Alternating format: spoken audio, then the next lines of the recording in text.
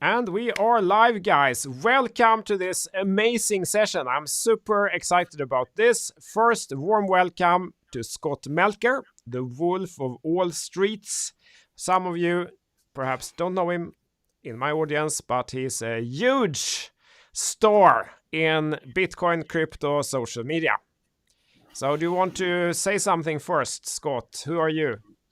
Sure. I'm just awesome that I've been included in this. Obviously, we had the conversation 2 weeks ago and I missed last week, but really an honor to be amongst you legends and big brains. So I'm just really here to learn more than to educate. I think as far as who I am, like you said, I have a relatively large Twitter presence. I'm just a guy who I think is obsessed with talking about markets, obsessed with talking about crypto. So I just do that all day in random forums, newsletter, podcast. My streams, your streams, everyone's streams. This is what we do, guys, so just really thrilled to be able to continue that with you guys. You're very humble. I've learned a lot on your content, so thank you for all you're doing. Ivan, how are you doing? Good. We're just speaking about that. We love Mondays now even more. It's like the golden touch on each Monday that we do the shows. And as you know, guys, we do it on different channels. So this week is CTO, next week maybe my channel, then James, then Scott. So we're moving around like the traveling musicians. James, how's your Monday? It's good. It's good. I got 2 coffees. Going to try something new. So we'll try this. This is an Italian one, double shot. And I have my regular hot coffee too. So I'm ready to go. That's fantastic. We have a very exciting agenda. Let's start with the rate. Okay, now actually one person disappeared here. How is that possible? Okay. It just covered his face. Yeah, I think it's. It's not fun. Okay. Bye, James. That was not intentional. Okay, now we have it. We just been complaining about the streaming software before we started today. So let's take it again. We will cover the Fed rate hikes. We will cover Coinbase, Gemini leaving US. Is the World Economic Forum warming up to Bitcoin? We had some news. Is Russia becoming the second largest Bitcoin miner? And what does that mean? Is that bad news or what will happen here really? We have some updates about the smart contract platforms. There's a new leaderboard coming out. A lot of things is happening in Europe that I think will impact the US as well. Digital euro, MiCA regulation. There will be caps on transfers.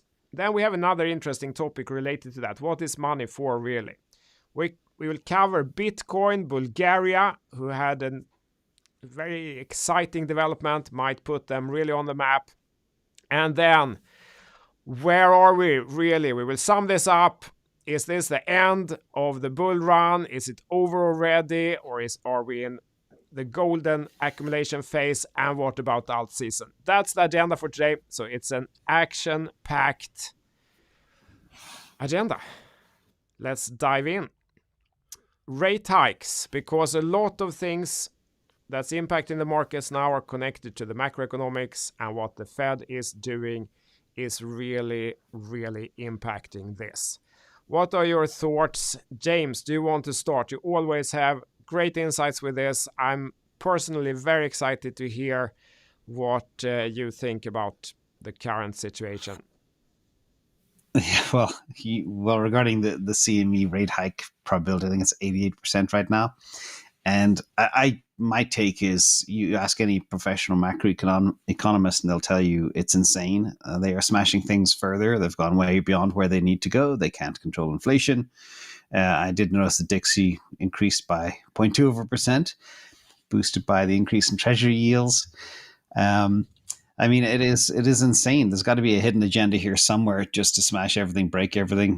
The amount of layoffs. I think Disney just announced a huge 12,000 person layoff this morning. This is on top of all the layoffs, and they're just accelerating all over the place. And the question is, will these jobs come back? And that's my biggest worry right now. So the Fed, what they're doing is insane. Anybody will tell you that. And they're going to torch it. I think this will be the last 25 basis point hike. And then after that, it'll be something big will blow up. And they'll cut real fast and flush the market with liquidity. It's typically what happens. They go too far or they're too late, et cetera, et cetera. But the one thing that is stunning to watch is the 1 month, 3 month spread. It is absolutely breaking records, and it's unprecedented. And that shows you how weird things are out there in the market. Yeah. So if we look at the CME odds here, then overwhelming majority believe, just like you said, that there will be 1 point hike now in 2nd, 3rd of May. And that's it then. Looking at June, July, no change. September, perhaps reduction. It's pretty even. And then definitely 1 point reduction in total towards the end of the year. And and the second point in December. So that's what the market participants think at this point. But as we have noted many times here, the market has been completely wrong. This has changed dramatically. Like in hours, the whole year has been completely redrawn. The market has been totally wrong most of the time, almost. And James, you've actually had a much better accuracy than the market participants in total. Scott, what are your thoughts on this? I tend to agree with James on the situation, but not necessarily with the outcome. I would actually be quite surprised if the Fed went to aggressive easing on the other side of this. I think we see a pause, and then I think they stay paused for quite a while. But that's just my guess. Listen, I mean, they are idiots, so I wouldn't put anything past them.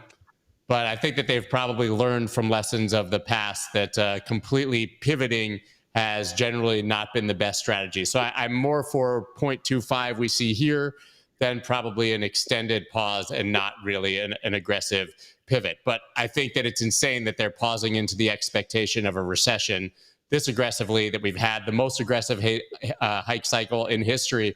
And if you look, any commodities index has been dropping off a cliff, right? And so they're effectively hiking when we're going to likely be talking about deflation in 6 months or a year and not talking about inflation. Inflation peaked long ago. They've over-tightened, and they're going to do it one more time. But I would tend to believe that until the stock market breaks, that's when they're going to get scared. And if we don't see stocks drop, then I don't think the Fed's going to do very much. Ivan, you want to add anything?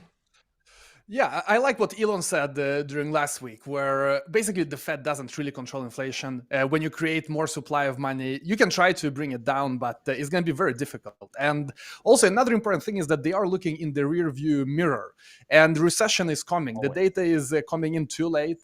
And like we've been discussing during past streams, it's crazy to me that we have some guys sitting there, drinking coffee, deciding what's going to happen with interest rates based on all data and not in real time. They're doing it once a month. They're really doing it in a very slow pace while the world is moving at a super fast pace. And because all of this, it comes back to Bitcoin. Whatever they do, they are in Zugzwang. Do you guys know what it is? It's a position in chess where whatever you do, you're going to be wrecked. Whatever you do is going to get worse. Yeah. So the Fed right now, they are in Zugzwang. So that's why Bitcoin will benefit no matter what. They increase, they decrease. Okay, they increase, even more difficulties for the banking space, even more difficulties for the economy. They decrease, all right, we're back to stocks pumping, Bitcoin pumping. Whatever they do is going to be good for Bitcoin. Bitcoin is the ticket out of the madhouse. That's why I like it. Yeah, there's one thing as well, just to hammer home on what Scott said regarding deflation. Deflation is the kiss of death for anybody with a lot of debt. And who has the most debt? The US government. And deflation will increase the real value of debt, making it harder to repay, et cetera, et cetera. So they have to be aware of that, because technically, if you pull out 2 or 3 core elements of the CPI, we're already deflationary, very deflationary. And that's a big problem. PPI has dropped the most in history since June of 2022, and they're continuing to hike to show you just how much they're looking back and not looking at leading indicators. That's insane. It's insane when you look at that. Literally, PPI has fallen off a cliff for almost 10 months now, and they're continuing to hike because of inflation. Yeah. And they're looking at all the wrong numbers as well. So it's a clown show. It's been pretty funny, actually. I mean, I think everyone here, I'm an engineer. I'm not an economist. But even I can understand that if you print that much money, probably inflation is going to go up. And I think everyone in crypto Twitter, everyone realized this. And then these professionals sitting there, and it came like a surprise. Oh, we got inflation. Yeah, Transitory, right? Transitory. exactly. Transitory. Yeah. Yeah, and So they spoke let's. about QT, but even with the BTFP program for the banks, that is quasi easing as well.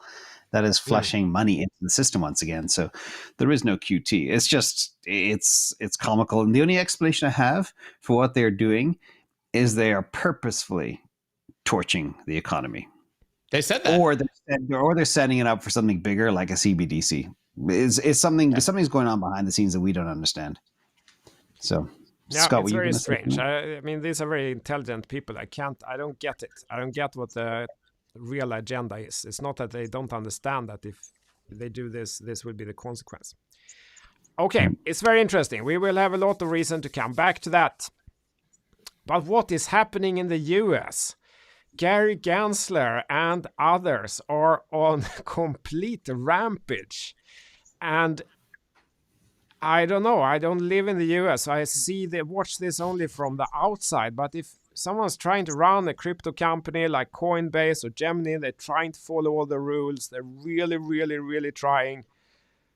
Is it even possible? We've seen, leadership from many US-based crypto companies look at other options outside the US. What do you guys think? Are they going to leave? James, do you want to start? Go ahead, James. No, Scott, you go. They're leaving. I think they're going to expand. I don't think they're going to leave. In fact, I think that what Coinbase is doing right now is excellent political theater. They're playing the game in the exact way that they need to. They're honoring their threat to start moving offshore and showing the SEC and the government that they're willing to take their ball and go home effectively, right? And say, we're going to leave. We're going to bring this liquidity in these markets elsewhere. But let's not pretend that Coinbase can just move to Bermuda and all of a sudden compete with Binance's 90% market share and open a leverage and derivative exchange and all of a sudden compete. I think that would be massively difficult. Their main advantage, obviously, is that they control the market in the United States. And so it's obviously in their interest to continue doing that. So I think, listen, this is hedging their bets like anyone would, right? If the worst case scenario happens and they do have a serious problem in the United States, they want to have other options and places to go and other products to offer. But more than anything, I think that this is putting obvious political pressure by saying, listen, we would be truly willing to leave. I mean, listen, Brian Armstrong says all options are on the table. A day later, they announced that they've gotten a license in Bermuda, which obviously had been in the works for quite a while. That didn't happen in 24 hours. The same day, he posts a picture of him standing in the UK with the ministers of finance talking about how the UK is forward thinking and has better laws. They're obviously playing politics here, and I love it because that's exactly what they're going to need to do. And if the SEC comes for Coinbase, they're going to find a very angry bear that they've poked with way too small of a stick. Listen, the SEC, people have to remember, just because Gary Gensler says it doesn't mean it's true. Right? The SEC actually has been getting crushed left and right in court. I believe they've lost 3 of their 4 last court cases. They're not necessarily lined up to win Ripple. The Grayscale judge has spoken against them. The Voyager bankruptcy judge has spoken against them. So just because Gensler says it doesn't mean it's going to go through the courts. And I think Coinbase would absolutely just annihilate them in court. And I think we all need to actually get behind that because that's how we break this dam. Sorry for my rant. Yeah. No, it's... No, there's such a funny meme flowing around from Mike Dudas on Twitter right now, and it says it's a picture of Gary Gensler with a cigar and a cognac, and it's like, I don't often promote unregistered securities, but when I do, I make sure it's my good friends. The Algorand situation, but all the stuff that there's like a perfect storm of things happening. I think I touched on it last week. The de-dollarization, whether people believe it's true or not, it's definitely happening. It might be gradual, but then it'll be sudden, as with everything else in markets. But then you got the war and all that attack on crypto, and then the Yellen and everything else. It's as if the US government or the gerontocracy that's in place is panicking about something. They're freaking out. And again, maybe it's in conjunction with what Jerome Powell is doing as well. All the different parts of government are just attacking. And the thing is, the great thing about crypto is if it's truly decentralized, the more you attack it, the stronger you make it, which is wonderful. So it's just weird stuff going on. I think it's a fascinating thing to watch. And all of these people that are clearly corrupt will go down in history in a very not positive light, I should say. Yeah. Oh, that's very interesting. Ivan, what do you think? Yeah, I have a practical task that everyone who's watching from the US can do. If you Google Coinbase politician profile, you will find a directory on Coinbase website with all politicians in the Congress and in the House. So you can go to your state where you're living and you can see which politicians are pro-crypto and which are anti-crypto.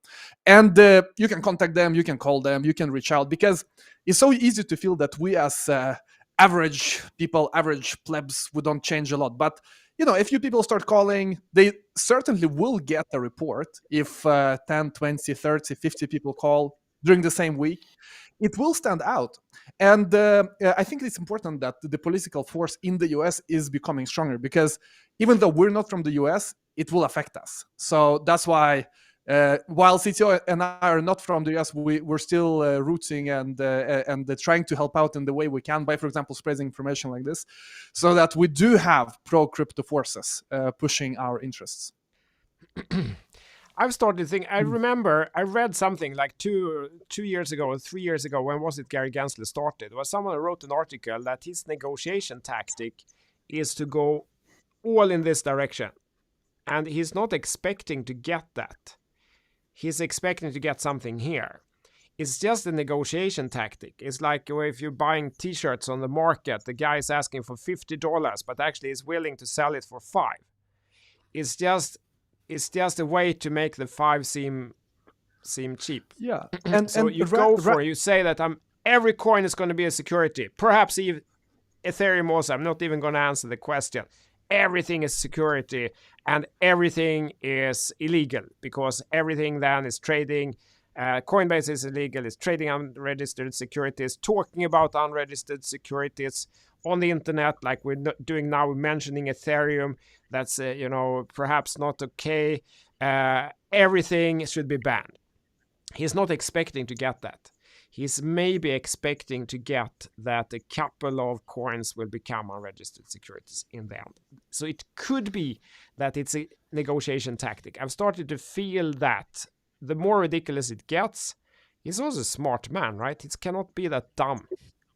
What do you think? Is it just a game? Ran is not here, but he had an interesting video the other day where he said that Gary probably knows himself that ETH is not a security. And he was referencing the statute of limitation, because securities have statute of limitation of 6 to 8 years. And that has passed already, so he knows it's not security, but he cannot say, according to that opinion anyway, he cannot say that they're not a security, because then he lets this industry loose. Then everyone will say we're not a security because we're like ETH. But that was an interesting thing I didn't know about the statute of limitation, that ETH was in 2015, and it's already 8 years. So that's something to keep in mind as well. Okay, but this is actually a very good discussion. So conclusion is probably we will not see these companies leave the US. I think this is going to work out in the end. And I'm happy to hear your perspectives. Let's move on here. World Economic Forum. We had this one. Let me share it. We had this video circulating today about World Economic Forum. Ivan, it was you who sent it. What's your take on... Listen, I love that this is becoming big. This is a video where basically World Economic Forum is doing it in collaboration with some company that has this service where they can deploy data centers so that the wasted energy from flaring, which is, for example, when you mine for natural gas or oil, you have this excess energy that is just being burnt up. This energy, instead of being wasted, can be used to mine Bitcoin, making energy companies more profitable and hopefully decreasing the prices for energy. But also, what's even more important is that this is fantastic for the renewables, because whenever you have a windmill with the wind power, and you cannot consume energy at the same time as it's produced, because you cannot expect when the wind will blow, you cannot predict that. So a lot of energy is wasted in this fashion today because of mismatch of supply and demand of this energy. It can also be used to mine Bitcoin and make these renewable companies more profitable, thus basically subsidizing renewables. I love that this ESG question is gonna be resolved. It seems anyway that we see more and more voices that are pro Bitcoin, because the problem is that Bitcoin maxis, they say that ETH is a security and it's good that SEC goes after ETH, but they don't reason that Bitcoin will be also hunted for not being ESG compliant. So at least I love that we remove this risk with ESG, and more people understand that Bitcoin is fantastic for renewables, and it's not this fad is not true that we've been hearing for years, that Bitcoin is bad for environment. Yeah, I feel also that a lot of kind of maxis feel that it's good to go after Bitcoin, because what we see here, maybe more in Europe, is that the bigger attack is really on the proof of work from a renewable perspective. That was the first idea. They wanted to ban proof of work and only allow proof of stake. So then if Europe bans proof of work and the US bans proof of stake, we have nothing. So I was also really happy to see this. And I think that from a technical perspective, I'd like to put that as input to the discussion. Bitcoin mining data centers are some of the few data centers where latency isn't important, meaning you can put them anywhere in the world and it doesn't matter.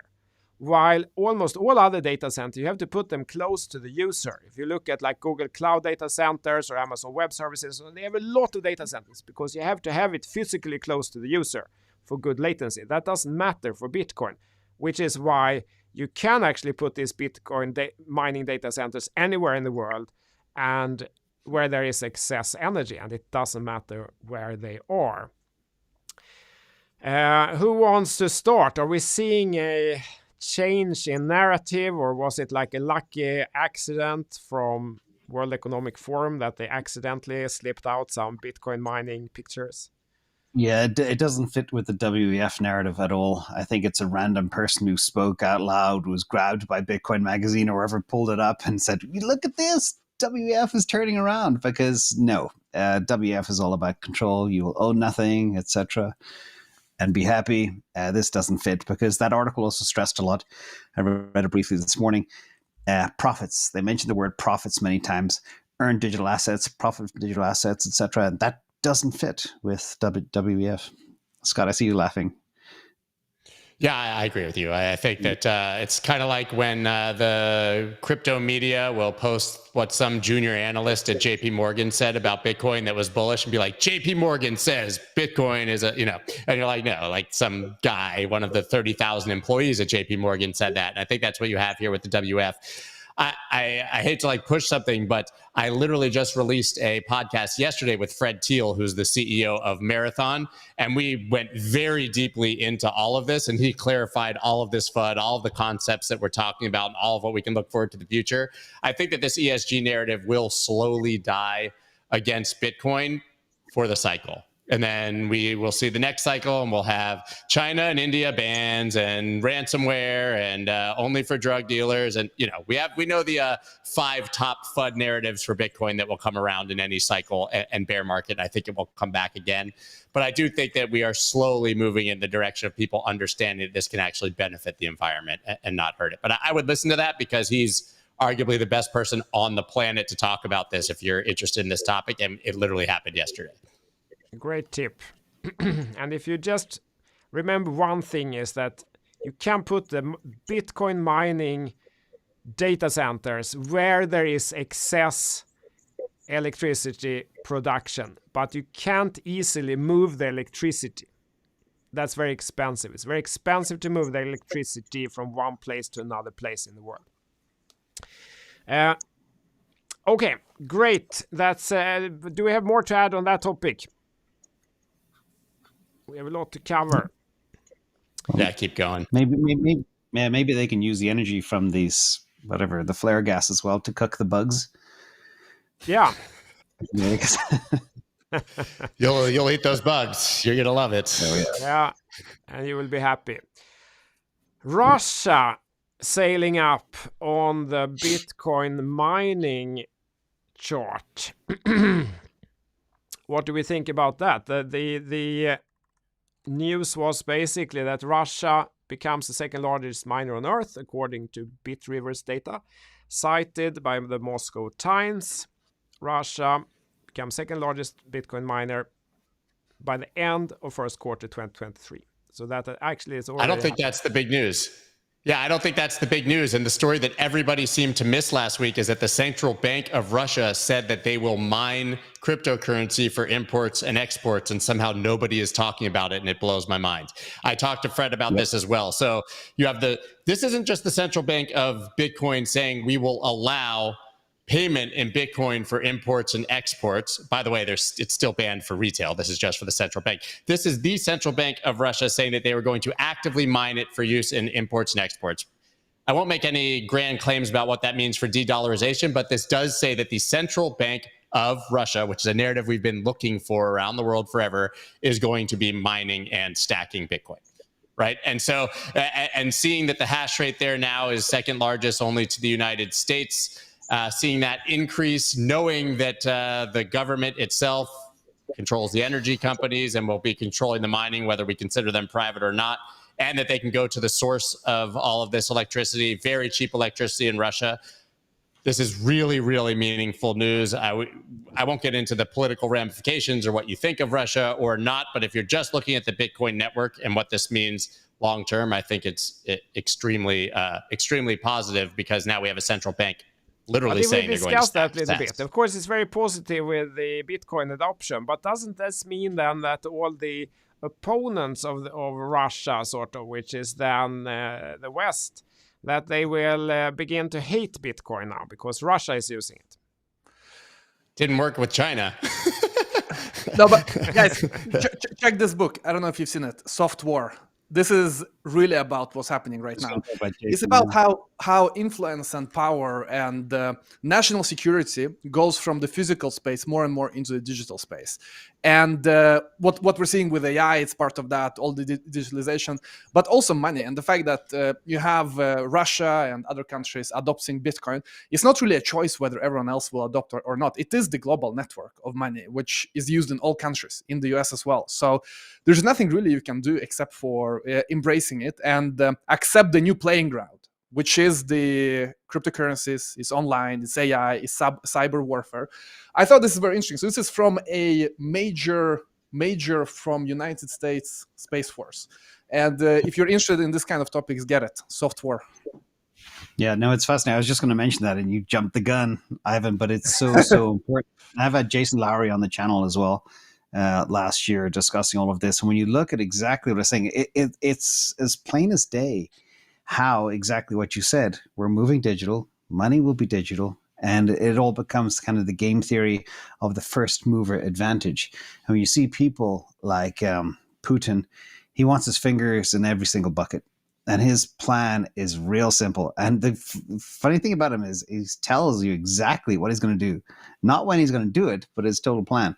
And now he's in bed with Xi and the BRICS and everything else. So it's all kind of coming together. This is just another kind of needle in the haystack or whatever, just to take down dollar hegemony, which is his end game.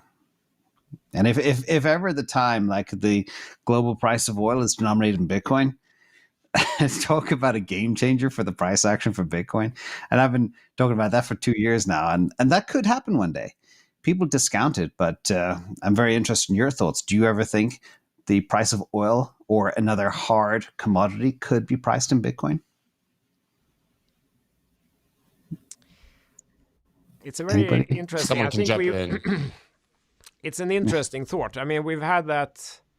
I think there's one reason that a lot of stuff is denominated in fiat, and it's about tax. Because since the fiat always gets devalued, there's always inflation, you always have to pay capital gains tax on everything, right?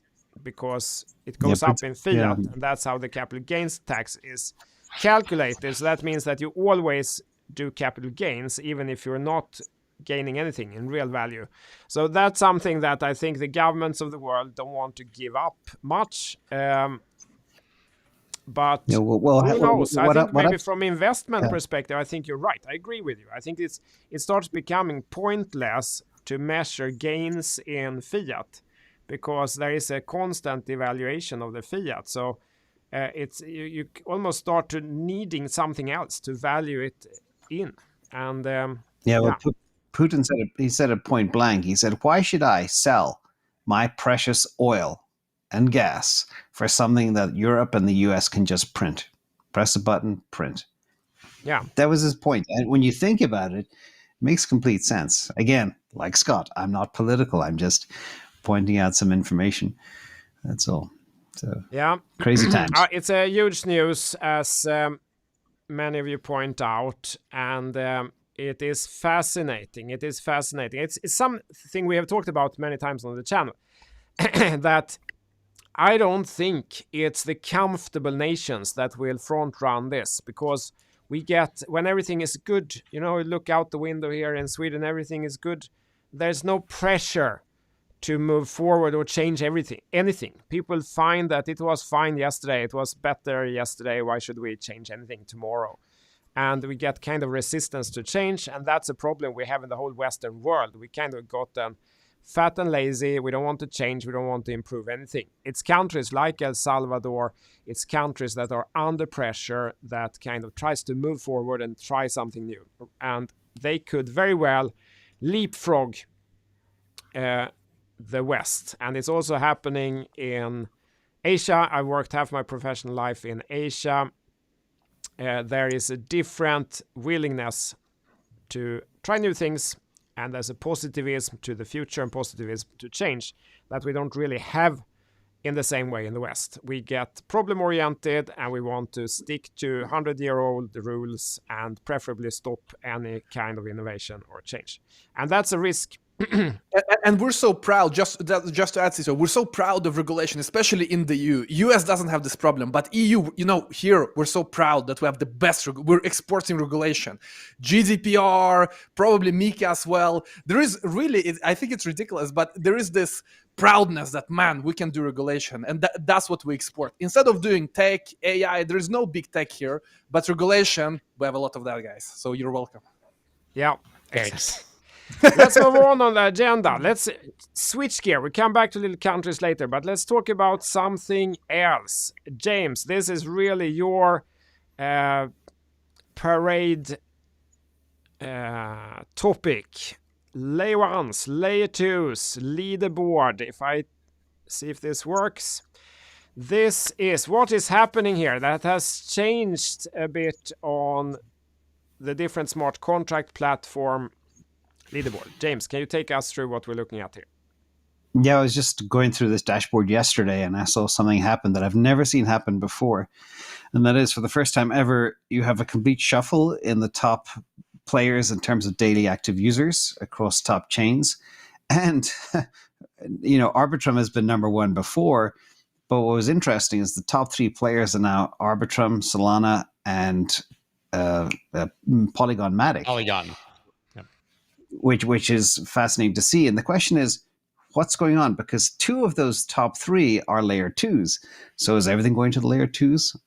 And what's going to happen with layer 1s? And this goes back to what we discussed last time around, was how do layer 2s capture value? And to what extent is there double counting between, say, ETH and the layer 2s for things like transactions, etc.? And there was a very funny meme, again, floating around Twitter yesterday. It was, imagine one huge shopping mall with just one cash register. And that is kind of a description of Ethereum, which is kind of funny because of the congestion and not able to process as many transactions. You got thousands of people backed up. And it's funny because I've been talking about shopping malls and crypto for years. I thought it was interesting that popped up too. So I don't know. I just think it was interesting data. And I really brought that up really for you guys to comment on it, that type of development. And I will turn to Ivan here. First, I will just remind everyone, if someone is new, Ivan has a company called Moralis that, how many employees do you have? 80 something? Yeah, we're around 80. 80, exactly. Which has kind of built an infrastructure product that integrates many of these chains. You can go there, you can program, you can use it for free. That's like a programming framework. You also have something called Moralis Money. We'll come to that later. But you have an extensive experience actually building infrastructure on quite many of these chains. How many do you support? 10, something like that? Yeah, we support the major L1s, L2s, exactly. and the new. You have more experience actually building infrastructure, middleware on top of these chains, and then actually supporting a lot of end user applications. You have perhaps more experience than anyone else in the world at this point. So what is your take, Ivan? What is happening with all the layer ones, layer twos? Where is this going? What is changing? What's interesting is that TVL seems to be the leading indicator, because Arbitrum, for example, it had the leading TVL for months already. If you go to L2Bit, you'll see that Arbitrum has been number one in terms of TVL if you compare to other layer 2 solutions.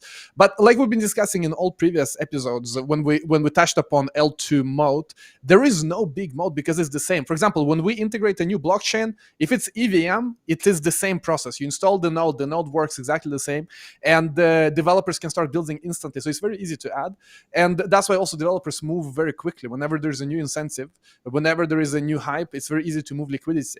So that's why I don't think that anyone has any kind of mode within EVM. The only mode you have is the community, like we've been discussing in the past as well. So whenever we're looking at layer 1, layer 2s, they're extremely similar. And that's why also it's so easy for different apps to add. That's a good thing for developers, because if you want to create support a new blockchain and create a new way for users to interact with your application via layer 2, it's literally one line of code.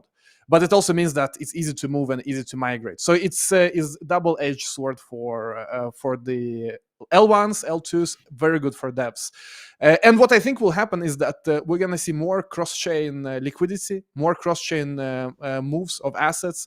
You see, for example, layer 0 support transactions between new L1s, like Radix just announced that they're gonna support layer 0, and it becomes easier and easier to move assets. And our job as infra provider and indexer is to ensure that developers don't have to worry about the complexity, that you just use one single API, one single interface, no matter whether it's Solana, L1, L2, Radix, doesn't matter. So all in all, community is the only thing that matters, because also liquidity is gonna not be a moat with all of this cross-chain activity that is happening, which is a lot. It's a lot of cross-chain tech. Just check Squid Router as an example, layer 0, and it's becoming more and more trusted. For the longest time, these bridges have been hacked, as you know. UCTO have been covering that hack where they pushed a fix on GitHub without updating the software, and the hackers saw that there is a bug that got fixed, but it never got deployed, so they abused it. So I believe that that's getting fixed within a few years is going to be very commonplace to use the bridges and do cross-chain liquidity. Just like from the beginning, oracles were not very used because no one really trusted oracles. But then Chainlink created such a standard, such industry standard, that everyone now just uses Chainlink without even thinking, which is, by the way, a big problem. But from a DApp developer and DApp confidence level, they don't care. They just integrate Chainlink instantly. So there's massive adoption with real-world data on the blockchain. So the same is probably going to happen with cross-chain liquidity, which means that liquidity is not a mode. It's all about community. Do you have crazy community that refuse to use any other blockchain? Speed, transaction fees, also everything is super cheap now in many ways. And the final thing is going to be this decentralization, which people don't care about, but that's going to be the decisive factor, I think. What we saw with Arbitrum, massive centralization with their DAO, no one cares. It pumps. It gets the record number of users, like James pointed out. But that's going to bite them at the end of the day, because that's the Achilles heel of a lot of the projects. So, so community and decentralization is your bet. James? Indeed. Everything else is not a moat, yes. What's your thoughts? Yeah, I agree with that community, but also it goes back to the same basics: best, cheapest, fastest, best user experience, most seamless, most breadth of dApps. These are all factors too that have to be taken into account. What do you think, Scott? Any of these things in your bag? I mean, they are, but I think you guys covered it. So I know we have a lot of ground to cover, and I think you guys covered it well. In terms of dApps, I find it interesting because dApps are becoming fully cross-chain. The only thing that's missing is cross-chain liquidity. But Uniswap, for example, as a dApp, it's everywhere. They could go to Solana most likely and take the brand with them. And the only thing that's missing is the bridge for liquidity. But dApps are actually becoming the cross-chain and also cross-use case. Just like Uniswap added the NFTs now, and they're trying to grow and compete with OpenSea. It's interesting how it becomes a brand game where you know Uniswap, you trust them, you are comfortable connecting integrating the wallet. And I think that's something that will continue as well, that we'll see this brand franchises go across chains and across use case. Brand and community is harder to copy than the code, especially if it's on GitHub already.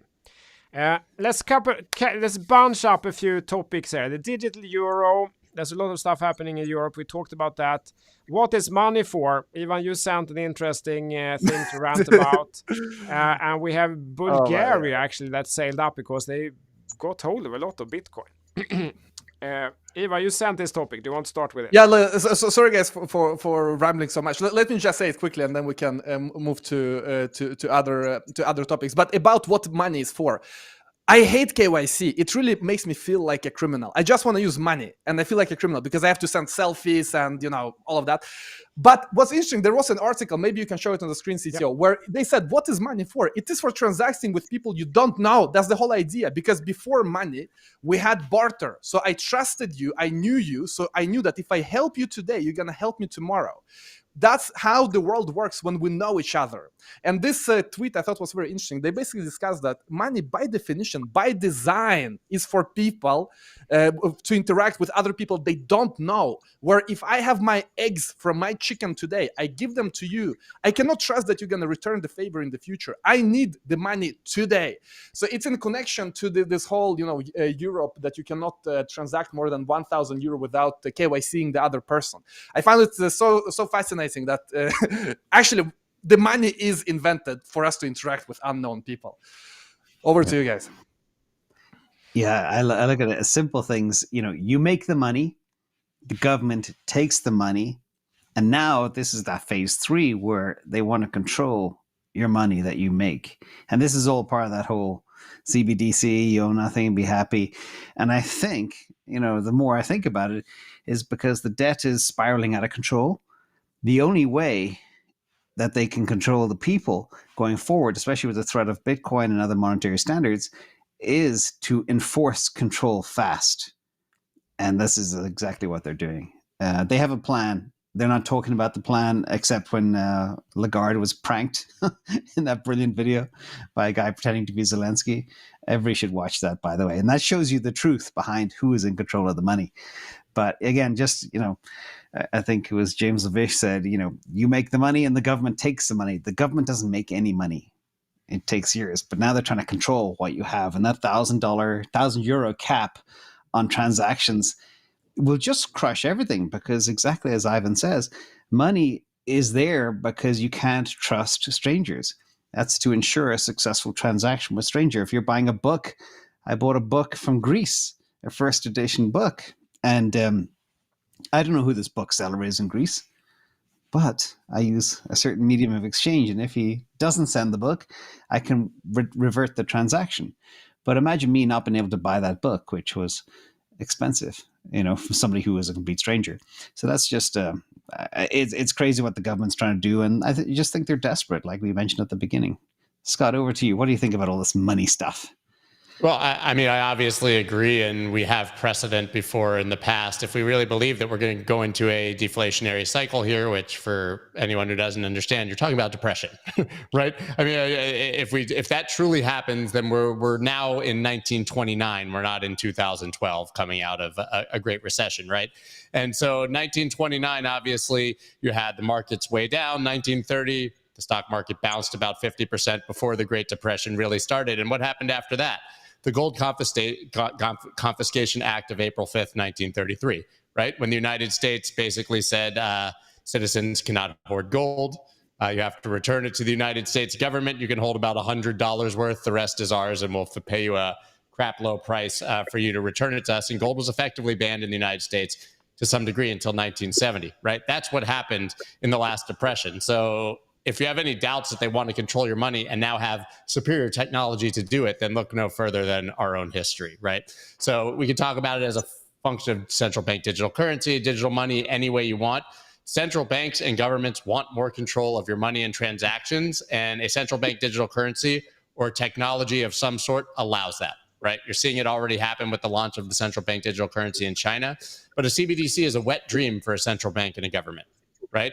Not only do they now have dollar-to-dollar control of the money supply, but they also have complete visibility into every transaction that you make, where you spend your money, how you spend your money. They can determine where and how you spend your money, what you spend it on before it explodes. And we can move into a social credit system like we've seen in China. So I think that we all understand that if you ask what is money to the government, they say a system of control. If you ask what is money to the individual, you'll say my right to transact privately with somebody that I don't know exactly what you said. And I think we all err towards really considering the individual, not the government, right? So we need to obviously push back there. But yeah, I think that this is a wholesale move to more control. You mentioned social credit scores as well. I remember a conversation that you mentioned at the beginning before we even went live regarding, higher net worth individuals funding certain things like utilities and then the mortgage rates for different people with different credit scores. Do you want to elaborate on that? I think that ties into this too, to some extent. Yeah, like you said, I think really just digging into it is the idea that they would be able to control how you spend your money, how much you're allowed to spend, what you're allowed to spend it on, and when you're allowed to spend it. I mean, think of the worst case scenario for the government having control over your transactions, and that's it.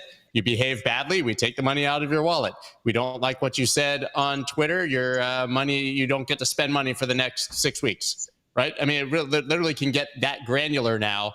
And that's a lot more control than the government had by simply saying, return your gold, right? And we all know that in the 1930s, a lot of people just didn't return their gold, right? That wouldn't be possible if you were using a digital wallet controlled by the government. And how come people are not more upset? We've just had a demonstration almost in the whole world during COVID, how governments did not really steer things in the right direction. I think that almost everyone agrees to that at this point.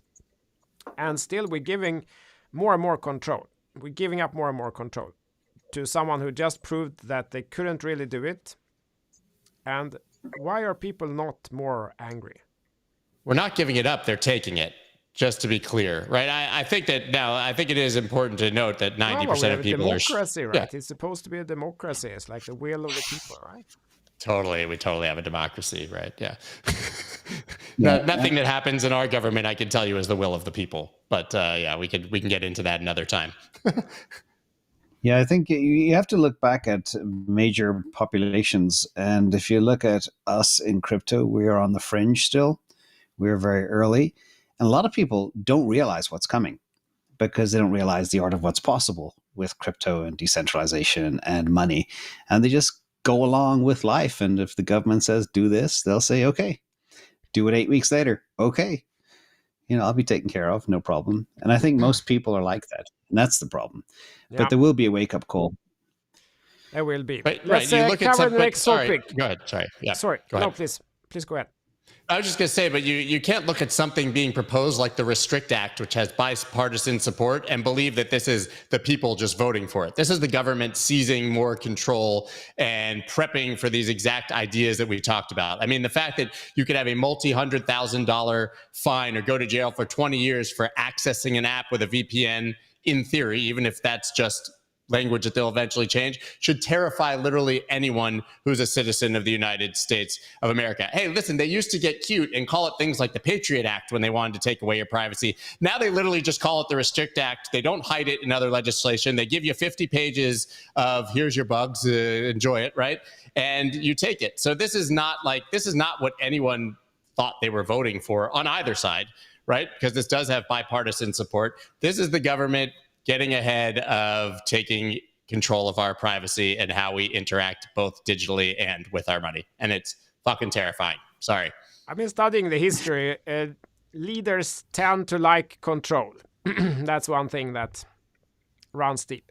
But then there are some challenges in the world. So we had this news, Bulgaria, for example, they got hold of a lot of Bitcoin by the chance almost. And countries like El Salvador, we covered a lot of different countries who have been challenged, who then step up to try to challenge with a different perspective, different word. Don't you think that the leaders here will start feeling the threat of smaller countries coming after them? Asia, Bulgaria, El Salvador, Russia. Yeah, big time. I think there's a lot of, it's like the technology revolution that's happening now as well. everything kind of can happen fast. There could be long-standing incumbents in, say, the technology world, etc., or millions of money center banks around the world that could be disrupted overnight. And I think we're living in a world that changes very, very quickly, and we don't know what's coming next. And that's why the governments are so nervous. They're trying to get ahead of it by attacking disruption and change. But again, as I always say, you can't put the toothpaste back in the tube when it's out there. But I think it is a very disruptive time ahead. And regarding Bulgaria, I think they confiscated that from some type of gangsters in 2017 when Bitcoin was a lot cheaper. I don't remember exactly what date, but I know the price was around 3,000 or 5,000 at the time. Now it's a substantial bag of money. And if we get anywhere close to the ARK Invest predictions for Bitcoin price, that becomes, they propel themselves into a top 10 economy with just that bag. That's what's fascinating about Bulgaria. Yeah, that's very interesting. Let's move on to the next topic about price. I kind of set the title to this video. Is it over? We will get to a clear yes and no answer from each of the participants at the end of this.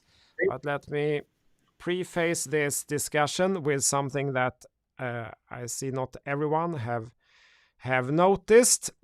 So this is the gold chart. This is the Bitcoin chart. So gold, Bitcoin, gold, Bitcoin, and they look practically the same. I think you all saw that. So what has happened here? Bitcoin supposed to be, the disruptor, while actually it's kind of just following the same as gold. Has it become digital gold over the past period here, or has it kind of reached maturity and it is a store of value, a safe, better money, or are we still a challenger? What do you guys think? Yeah, I think it depends on your time frame, but I think it's very clear that we've seen a steady decrease in correlation of Bitcoin to the NASDAQ and to tech stocks, which I always said was somewhat temporary anyways, and an increased correlation with gold. And if you're a believer in the digital gold store of value narrative, that's exactly what you want to see, right? Of course. And I mean, if Bitcoin can behave like high beta gold, and we believe that we're going to see a deflationary cycle and people are going to rush into gold. I just had Mike McGlone from Bloomberg on my show, and I said, listen, I had Mike Novogratz. He said, if gold breaks 2,000 and stays there, it goes immediately to 3,000. I said, is that ridiculous? That's a 50% rise in gold. He said, that's not ridiculous. That's exactly what's going to happen. Look at 2008. Gold, more than double. I went from like $800 to $1,900 and something dollars in what almost felt like overnight. So extrapolate that to Bitcoin, which is going to trade like a 10x multiple on gold. And that's how you get this ridiculously bullish case for Bitcoin. And that's where you get, Yvonne saying, listen, either way, it's bullish for Bitcoin, right? That's what you said. And as nonsensical as it sounds, there is an argument to be made. And I tend to agree with that. But yes, I think that we're starting to see Bitcoin continue to mature. And I also think that we'll see these narratives broken and recalibrated and start again, because that's what always happens. But yes, if you are a Bitcoiner, you want to see the correlation with gold rising and the correlation to stocks decreasing. And just to touch on that point, the gold chart, for those of you who don't follow the commodities market so much, it's at a very interesting point. This is a cup and handle. And if it breaks out here, as Scott was talking about, if this gold chart breaks up, the target from this pattern becomes way above 3,000. It's like up to 3,500, 3,600. Yep. And if we have this strong correlation establishing now between gold and Bitcoin, perhaps that will be the carriage that will pull the Bitcoin train into all-time highs as well.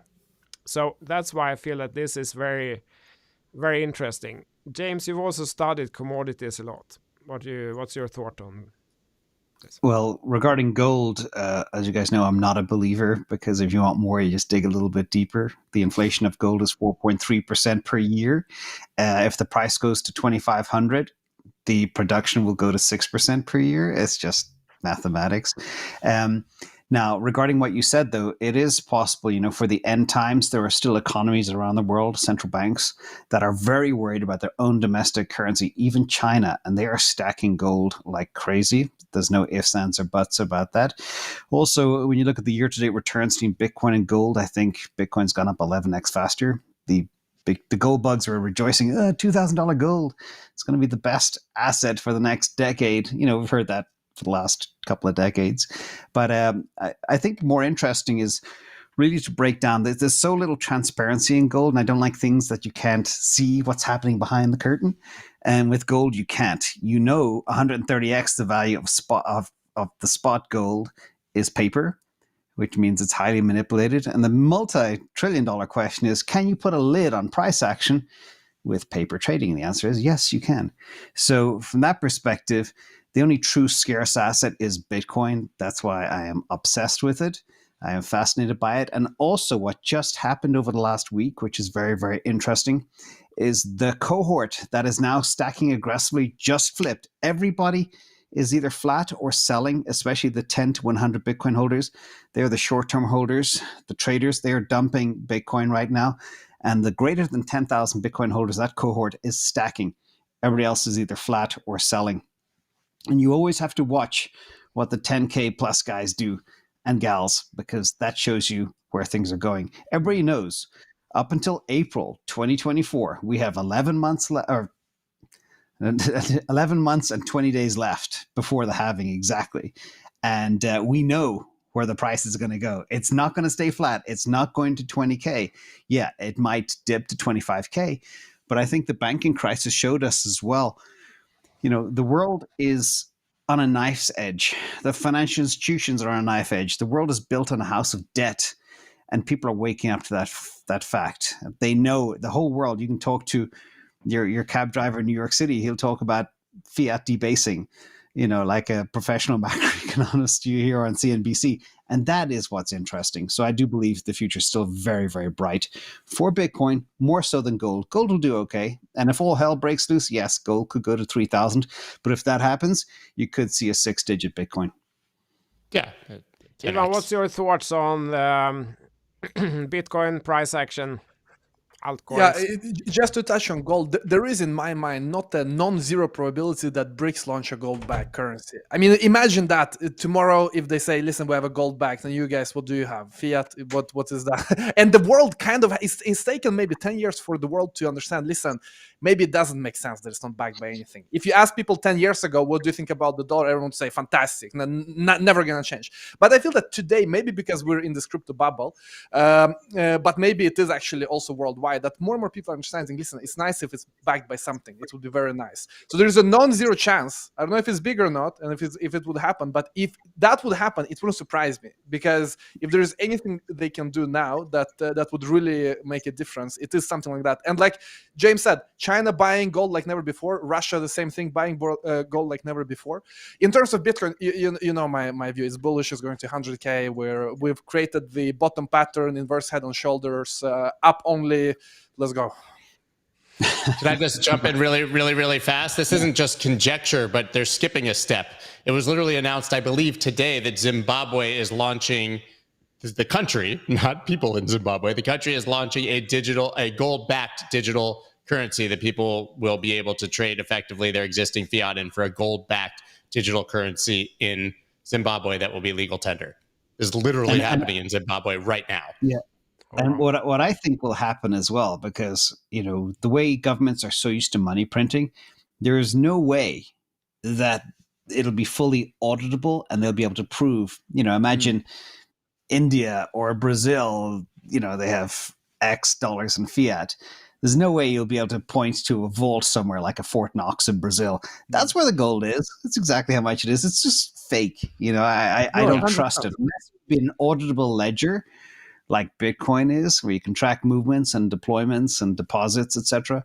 I would not trust anything gold-backed, because it's just simply too, it enforces too much constraint on an economy that they're not used to. It is a step in the right direction, though. It is a step in the right direction, right? And these trends take a very long time to change, and there's a whole generation that's still interested in gold. But I think that we know that with time, everyone will agree with exactly what you're saying. I remember from last streams where I think Scott and I are very in agreement here, where we don't really trust BRICS at all. Like I think you, Scott, said there is a bunch of dictators, trying to decide, and it's a funny way of saying that. But I totally agree. I would never trust Zimbabwe currency, even if it's backed by gold, nor BRICS. But it is something that they could do, and at least initially, I guess they would respect that. Now, of course, as time passes, 1 decade, 2 decades, probably there's not going to be backing for long. That's why Bitcoin is important long term. But short term, I do think it can be important for gold price for sure. But if you're not in our echo chamber, and I agree with you, by the way, 100%. But if you're not in the Bitcoin echo chamber, you would have looked at what El Salvador did in June of 2021 and said the exact same thing, right? You would have said weak economy, grasping at straws, that this is like a PR move or it's never going to work. El Salvador Bitcoin, right? And so I think anything that is backed by something harder than fiat is a move in the right direction. Absolutely. There are, if someone is not aware, there is the PoC gold token already, which is issued by Paxos, who had a setback with their BUSD, but they're still running the PoC gold token. So there is a crypto token that is, according to Paxos, backed by gold. So that one exists. Not an endorsement. Everyone have to, look into their own portfolios, but that one exists. And I think to your point here about Zimbabwe issuing a token and so on, my experience from technology is that the global options tend to win in that. It's very hard to, for Sweden, say Sweden creates, if it's not Zimbabwe, say it's Sweden, who comes perhaps with a little bit more trust, say that, okay, we create some kind of token here, it's backed by gold or whatever. It's very hard to go and compete with something that's global for everyone, because the global one tends to win. They get a better network effect, and lower cost and bigger market, and the global system tends to win. But what about Bitcoin versus altcoins then? Because we have this situation also, if I just share the screen again here, that this is Bitcoin dominance. And it looks like it rejected here, right? That yes. It was a Bitcoin-led rally, then it rejected at the exact same point for the 1, 2, 3, 4, 5, 6th time. So is the Bitcoin rally over? Are we going to see altcoins catching up at this point? What do you guys think? Who wants to start? I'm happy to jump in. I was sorry, James. I just took the silence there as an opportunity. I mean, I would say that it could be, but we also can see Bitcoin dominance drop dramatically without altcoins performing particularly well. I mean, I think that the best case scenario is that Bitcoin dominance drops while Bitcoin ranges sideways or rises slowly, right? Because we can see Bitcoin dominance drop massively with Bitcoin dropping in price, and that would be obviously bad for altcoins. But I would say that the bias, if you've looked at this chart, the one that you just shared, which I share all the time over and over again, is that yes, we should now see Bitcoin theoretically range, and that once people kind of have a bit more confidence, the money will probably trickle down to altcoins. But I think these cycles are also a lot shorter than they used to be quite honest, right? We sort of saw a mini altcoin run over the past maybe 2 weeks before Friday, which culminated in stupid things like Pepe and Gensler and crypto GPT going nuts and getting huge valuations. And every time the meme coins run a few tens of thousands of percents, you're usually done with that temporary cycle. Should we switch to Ivan, because you have let me switch the slide here. You sent me this one before. Yeah, I don't know if it's visible. I don't know if it's visible, but it's basically the stats. The most popular coins this week based on buyers, experienced buyers, liquidity. And as you can see, it is Pepe, Wojak, Chad, Aped, Gensler, maybe my favorite, I'm joking, Baby Pepe. And listen, like when you look at number of buyers and also on fully diluted valuation, you do see that Pepe, it is at 115 million fully diluted. And according to Dex Tools, the data we use there, it's also the market cap, which is the same. So I like looking at this alts from this perspective when you look at raw data and the raw numbers, because these things are truly dominating at least this week. But like Scott says, listen, we are are degens in this market. We want the altcoin season to come back, just like Rand said on Twitter. I think yesterday, where he said we're degens, like we really want it back. So we tried to recreate it, but probably too early. And I expect this market to range sideways until the halving. But the thing is, if you see the momentum in holders, experienced buyers, and liquidity going for a lot of these coins, you can definitely make money even when Bitcoin dominance goes up, like we've just seen. And that's what I find fascinating, that if you are this kind of person that really likes risks and you don't care about the use case, you just see that, man, this is gonna pump because all of these metrics on chain are saying so.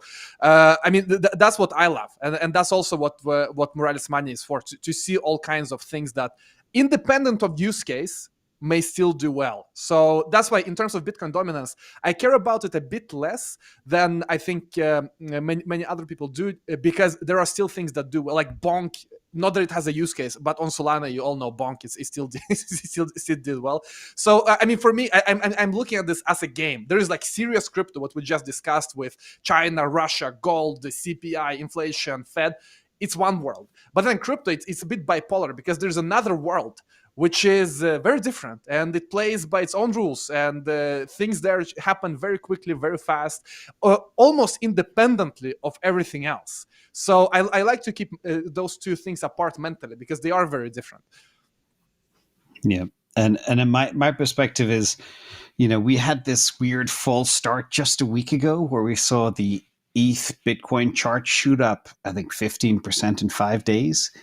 And it was the second time it did that. I think the first time it did that was sometime in early March, and it got rejected off the 200-day. Bang, bang, twice. But I do believe it's going to take a third run, and I call it kind of tapping the glass till it breaks.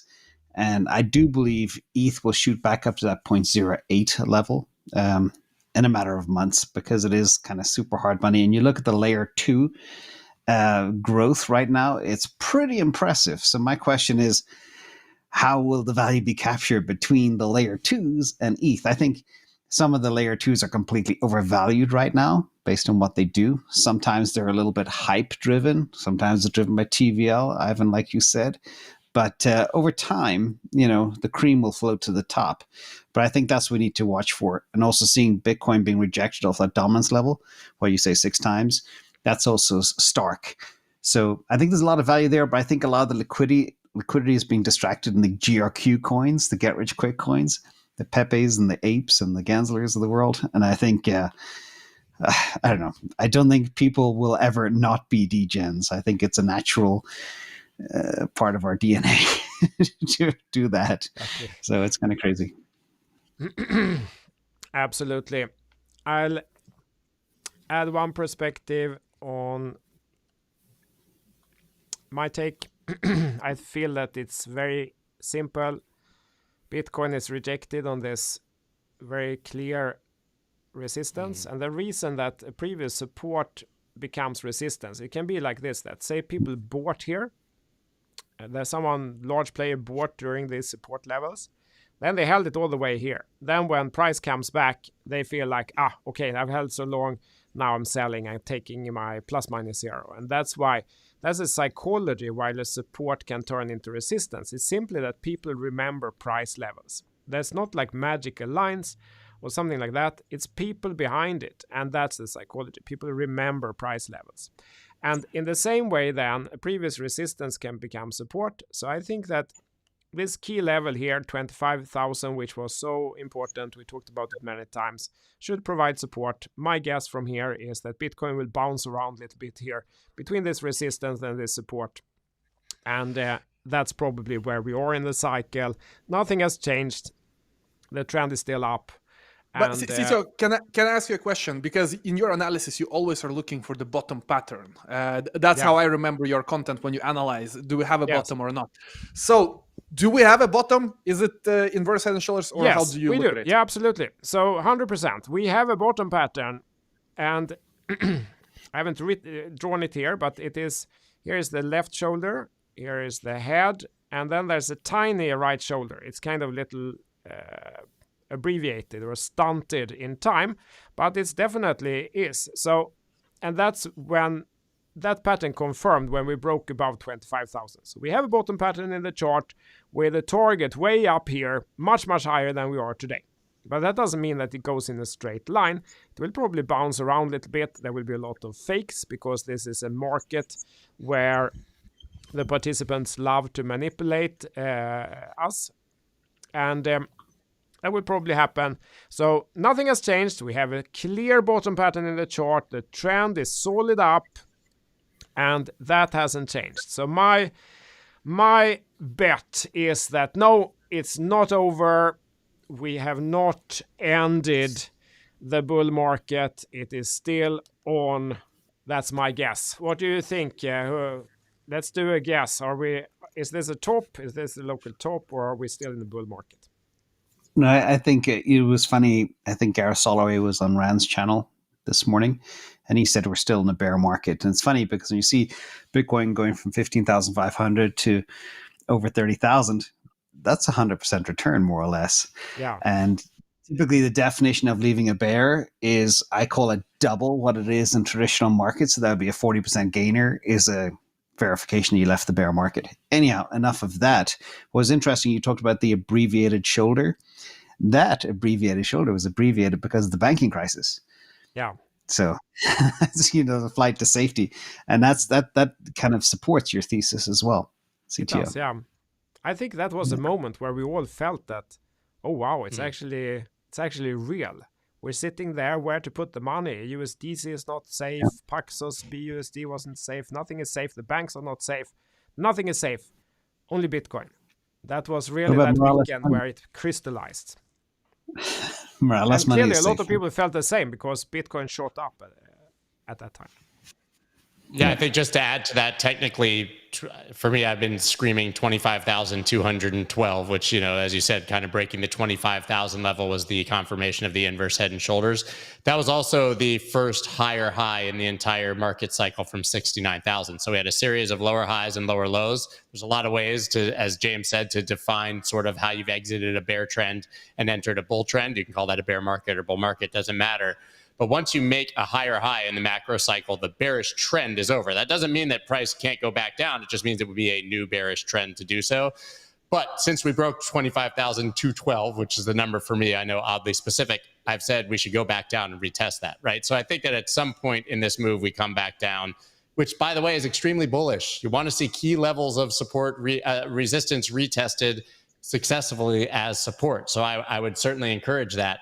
And so, yeah, I think that the bottom was in. I thought the bottom was in when it happened. By the way, I've thought a lot of bottoms that weren't bottoms were in. So take that with a grain of salt, right? I bought, 50, 42, 30, 17. Yeah, I've been there the whole way. Not necessarily saying it was the ultimate bottom, but, that's sort of my strategy. So, but I really do think that the bottom is in. Also, I mean, just think about how much supply would have to come on the market. There would have to be a massive forced seller for price to go down 50% again, knowing how many people were already forced to sell who didn't want to last year as a result of all the contagion. Yeah. And I go back to on-chain as well. Sorry, James. Please go ahead. They're just 10K plus Bitcoin holders are stacking hard right now as of 5 days ago. So they're buying this dip. And again, watch what the big money does. They're not always right, but they're right 70 to 80% of the time. They're more right than the smaller holders. That's a fact, because the fact is, unfortunate fact, is that most retail traders, investors actually lose money. They buy at the top and sell at the bottom. So, Adivan, what do you think? Yeah, well, I'm preaching to the choir, but I want to preface my bullishness with the fact that I still think that we're not going to go to all-time high before the halving, because many people think that, oh, Ivan said 100K, and tomorrow is 25K, so Ivan, you're wrecked. You got liquidated. No.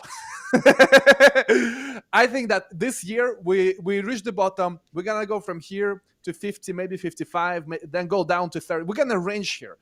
And then when the halving happens next year, I think, James, you mentioned it, that's when the true bulls are let out. So bottom in, super bullish, relax with leverage all in, wait for the halving. And even at that point, manage risk. And we want to be scammed to the upside. I think that was a great quote for today's stream, actually. Yeah, I mean, Bitcoin, people were saying it's a scam. It's been scamming us to the upside for 10 plus years. A lot of alts people are telling me are a scam. They're scamming us still, but sometimes they're going down. So on some days they are scamming us to the downside. Yeah. It's a bit of a joke. Yeah. We covered a lot of grounds. We are grossly over time. Any final words, anyone? No, time flies when you're having fun. Man, Yeah. it's fun. Thank you It's for fun. having me. Sure. It's fun like hell, Awesome. this live streams. Thanks, guys. And It's really fun. Scott, I you're back always to know. back. Sorry, So, there's a slight delay. Say again. I said Scott is back to back. He's been going 2.5 hours straight now. And I did Twitter Spaces from 8 until 9:30 before that. So I definitely need another glass of water. Yeah. It's fantastic. I always learn something during these streams, and I absolutely love the perspectives. And just to clearly answer the question, because sometimes that's the feedback not clear. I don't think the bull run is over by any means. If we go and retest the 25k level, front run a little bit, I'm planning to buy more. And if that level turns out to hold, and we get some other confluence also, say maybe gold begins breaking up, I might start buying with leverage. Not a recommendation, I'm just telling you, everyone, before the fact, what my plan is. But then if the market changes, if the situation changes, I will change my mind. And then always people coming back and say, yeah, but you said that at that time. Then now you're wrecked. No, because I changed my mind between that time. That's why there are markets. If the price was supposed to be staying constant the whole time, if the situation was the same, there wouldn't be a market. There's a market because situation changed. You have to be able to change your mind when the market situation changes. But at this time, when we're broadcasting this, I don't think it has changed. So I'm super excited. I'm pumped as always. I'm looking forward to get more scam to the upside by Bitcoin and other similar projects. Perfect, guys. Thank you very much, everyone. Bye-bye. You have to say thank you, Tak. Thank you, Tak. Thank you, Tak. Mange tak. Thank you, Tak. Thank you.